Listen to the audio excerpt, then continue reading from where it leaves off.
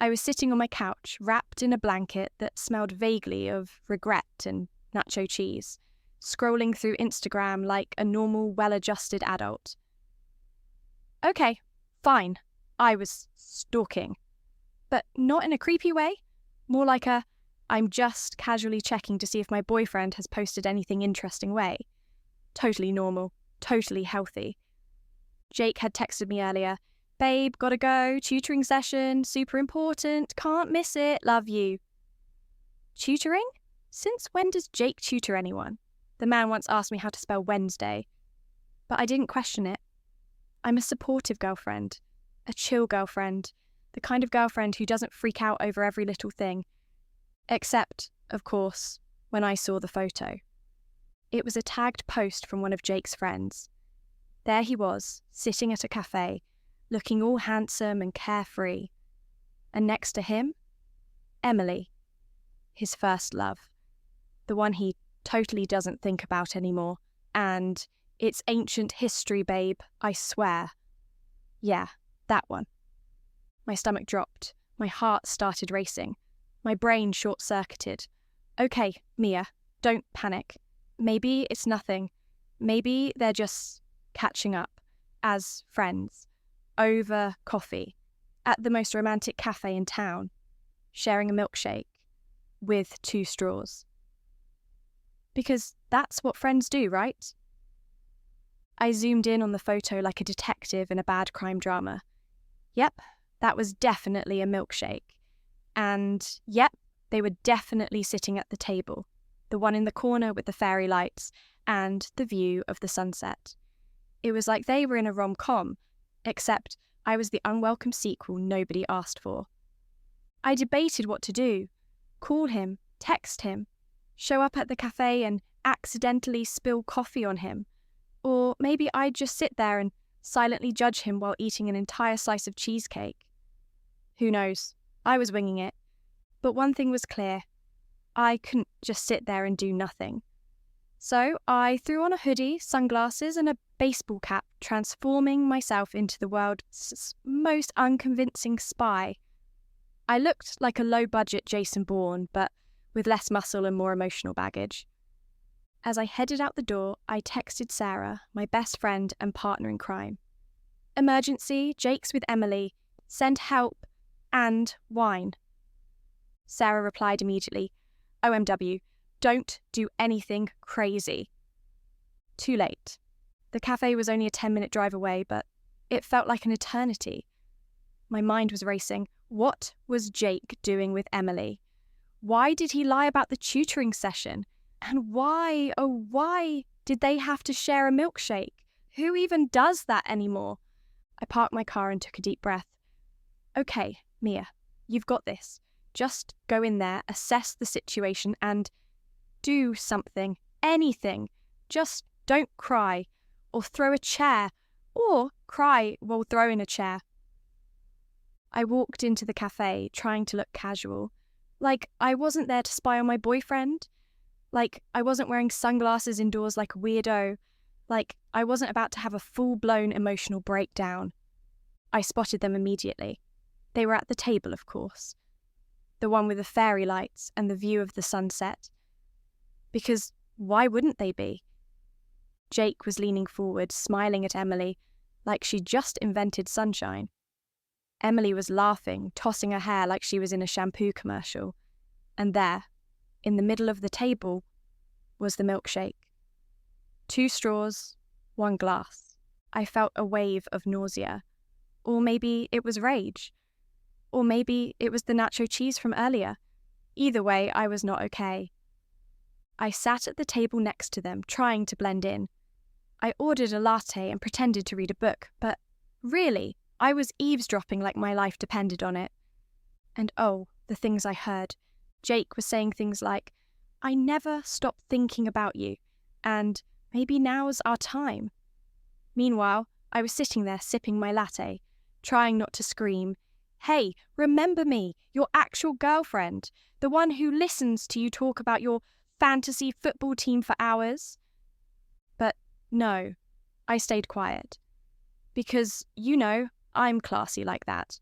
Or maybe I'm just paralyzed by the sheer audacity of this man. Either way, I was sitting there mentally drafting my breakup speech when suddenly, oh, this is the best part, he saw me. Our eyes locked. His face went pale, like literally pale.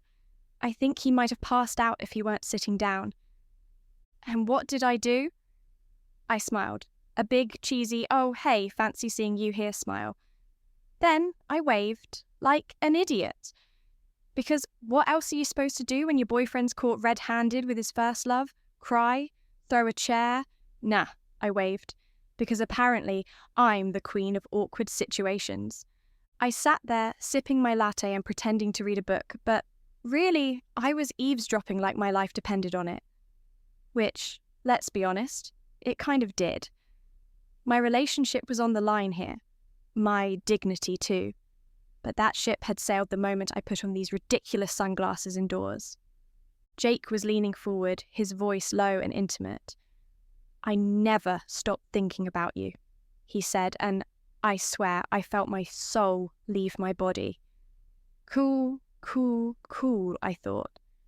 So, he's rewriting their love story while I'm sitting here like a discarded side character. Great. Emily was eating it up, of course. She was smiling like she'd just won the lottery, tossing her hair like she was in a shampoo commercial. And then she said the words that made my blood run cold. Maybe now's our time. Maybe now's our time? I repeated in my head, my latte cup trembling in my hand. What is this? A Hallmark movie? Are they about to kiss in the snow while a choir sings in the background? I texted Sarah, emergency, Jake's with Emily, send help, and wine. Sarah replied immediately, OMW, don't do anything crazy. Too late. I was already plotting my next move. Should I confront him? Should I wait and see if he'll confess? Should I call his mum? Yes, I'm that petty. But before I could decide, Jake did something that made my heart stop. He reached across the table and took Emily's hand. Oh no, I thought.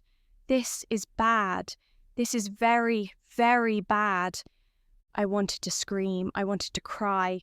I wanted to throw my latte at them and watch as the foam dripped down their smug, milkshake-sharing faces. But instead, I sat there frozen, like a deer in headlights. Or maybe like a raccoon that's just been caught rummaging through a trash can. Either way, I was not handling this well. And then, as if things couldn't get worse, Jake looked up and saw me. Our eyes locked. His face went pale, like literally pale. I think he might have passed out if he weren't sitting down. And what did I do? I smiled. A big, cheesy, oh, hey, fancy seeing you here smile. Then I waved, like an idiot. Because what else are you supposed to do when your boyfriend's caught red-handed with his first love? Cry, throw a chair? Nah, I waved. Because apparently I'm the queen of awkward situations. Jake stood up so fast he knocked over his chair. Mia, he said, his voice an octave higher than usual. What are you doing here?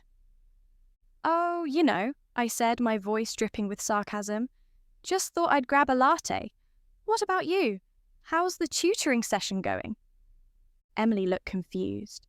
Jake looked like he was about to pass out. And I felt a strange mix of satisfaction and despair. It's not what it looks like, Jake stammered, which, let's be real, is exactly what someone says when it's exactly what it looks like. Oh, I am sure it's not, I said, nodding like I believed him. By the way, I think your tutoring session is running late. I stood up, grabbed my bag, and walked out. Head held high. But inside, I was a mess. My heart was racing, my hands were shaking, and my latte was spilling all over the place because apparently I can't even have a dramatic exit without making a mess. I got into my car and just sat there for a moment, trying to process what had just happened. Jake had lied to me. He'd been with Emily, and he'd been holding her hand. What am I supposed to do now? I thought.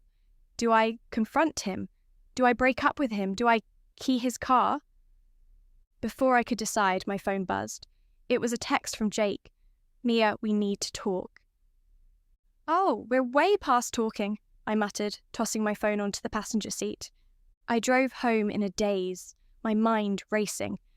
What was I supposed to do now? How was I supposed to feel?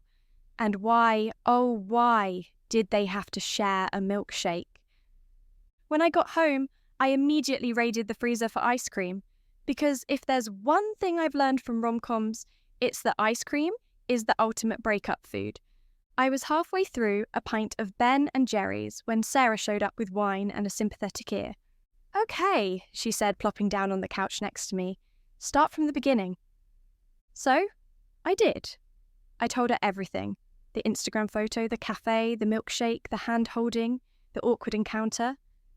And when I was done, she just looked at me and said, "Men are trash." "Amen," I said, raising my wine glass. I was sitting on my couch, surrounded by empty ice cream containers and crumpled tissues, when Sarah walked in with a bottle of wine and a look of pure determination. "Okay," she said, plopping down next to me. "Start from the beginning." So, I did. I told her everything. The Instagram photo, the cafe, the milkshake, the hand-holding, the awkward encounter. And when I was done, she just looked at me and said, "Men are trash." "Amen," I said, raising my wine glass. We spent the next hour dissecting the situation like it was a crime scene. Sarah was my emotional detective, asking all the right questions and offering all the right advice. "So, what are you going to do?" she asked. "I don't know," I admitted. "Part of me wants to confront him and demand answers. Part of me wants to ghost him and never speak to him again. And part of me wants to go full-on Carrie Underwood and key his car." Sarah nodded thoughtfully. "I vote for option 3. "Tempting," I said. "But I think I'll start with option 1. I need closure. Or at least I need to yell at him for a while." Sarah handed me the wine bottle. "You're going to need this." I took a long swig, feeling the warmth spread through me. "Thanks," I said. "You're the best." "I know," she said, grinning. "Now, let's plot your revenge." We spent the next hour brainstorming ideas. Sarah suggested everything from sending him a glitter bomb to signing him up for a lifetime supply of cat facts. But in the end, I decided to keep it simple. I'd confront him, tell him how I felt, and then walk away. "It's not about revenge," I said. "It's about closure. And maybe a little bit about revenge." Sarah laughed. "Atta girl." Jake showed up at my apartment the next day, looking like a kicked puppy. He knocked on the door, and I opened it, ready for battle. "Mia," he said, his voice soft and pleading. "Can we talk?" "Sure," I said, crossing my arms. "Let's talk." He stepped inside, looking around like he was expecting me to throw something at him, which, to be fair, was a valid concern. "I'm sorry," he said, running a hand through his hair. "I know I messed up, but it's not what you think." "Oh, really?" I said, raising an eyebrow. "Because it looked like you were on a date with your first love, and it sounded like you were telling her you never stopped thinking about her. So, please, enlighten me. What am I missing?" Jake sighed, looking defeated. "Emily and I are just friends, I swear." "Oh, so you share milkshakes with all your friends?" I said, my voice dripping with sarcasm. "Cool, good to know." He winced. "I know it looks bad, but nothing happened. I needed to see her, to talk to her, to figure things out."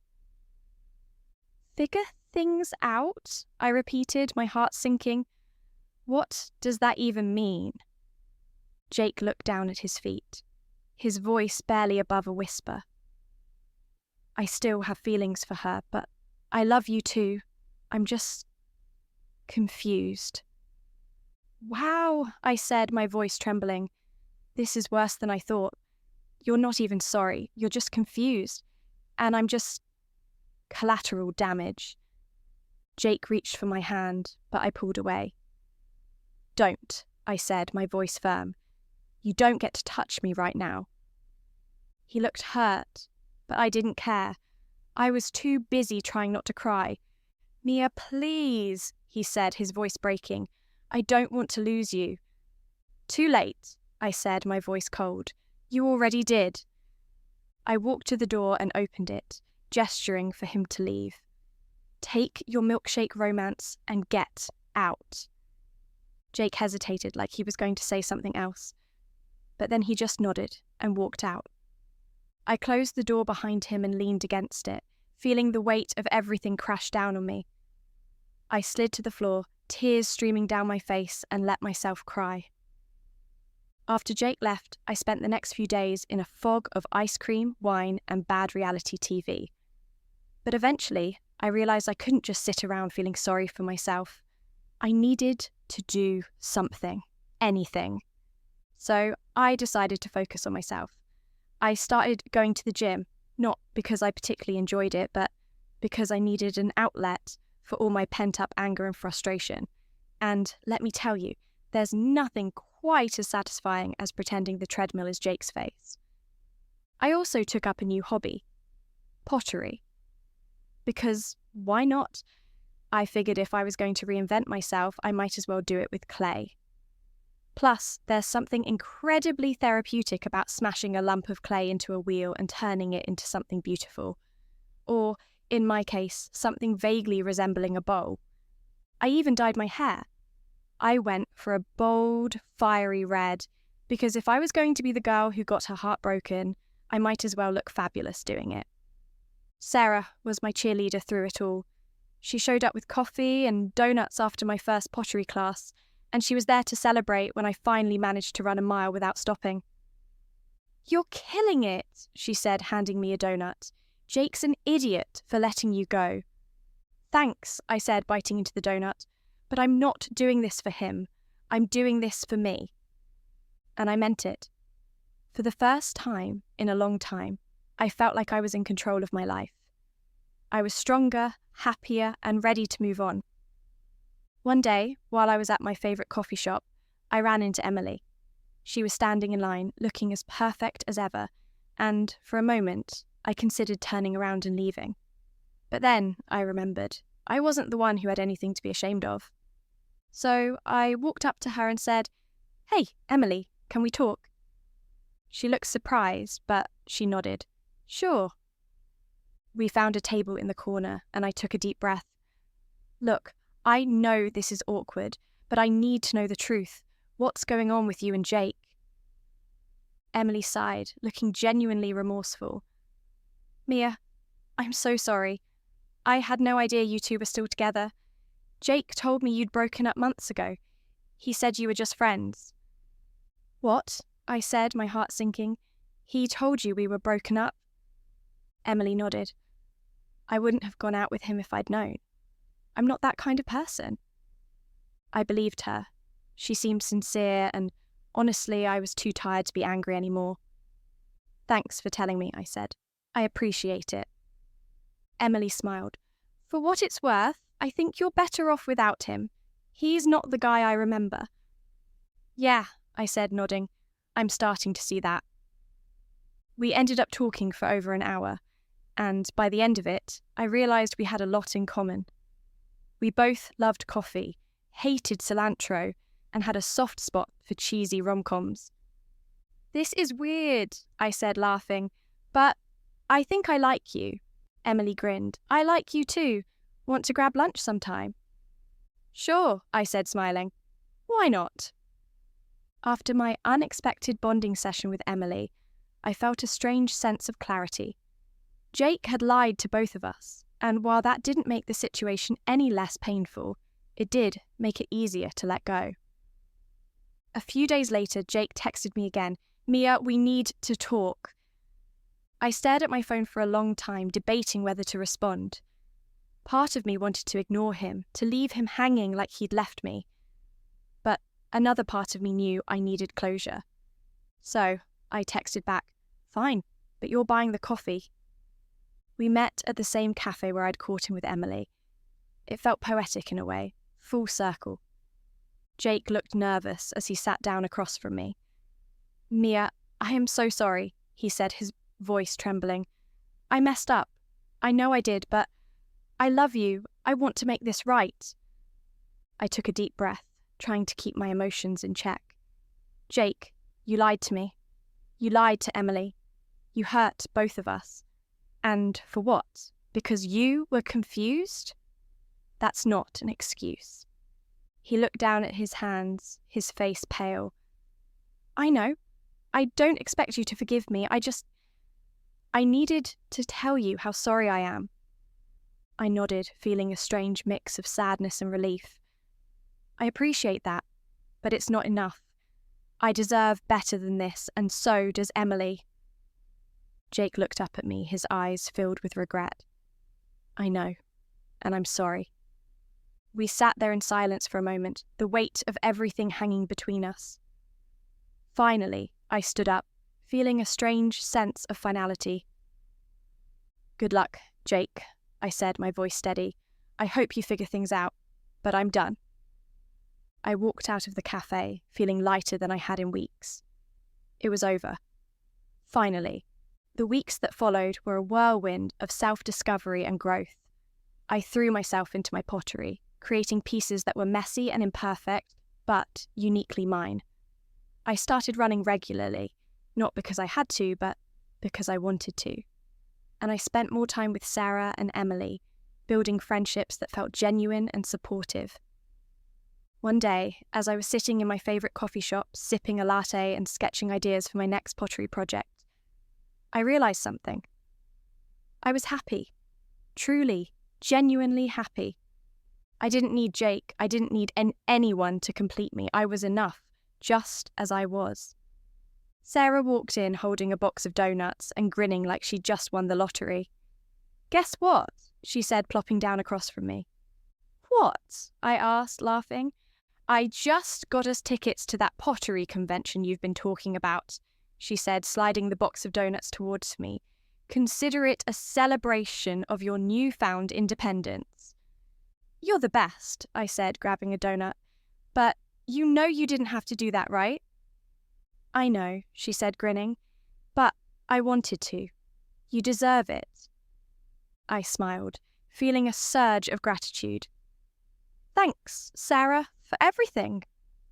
We sat there, eating donuts and talking about nothing and everything, and for the first time in a long time, I felt like everything was going to be okay.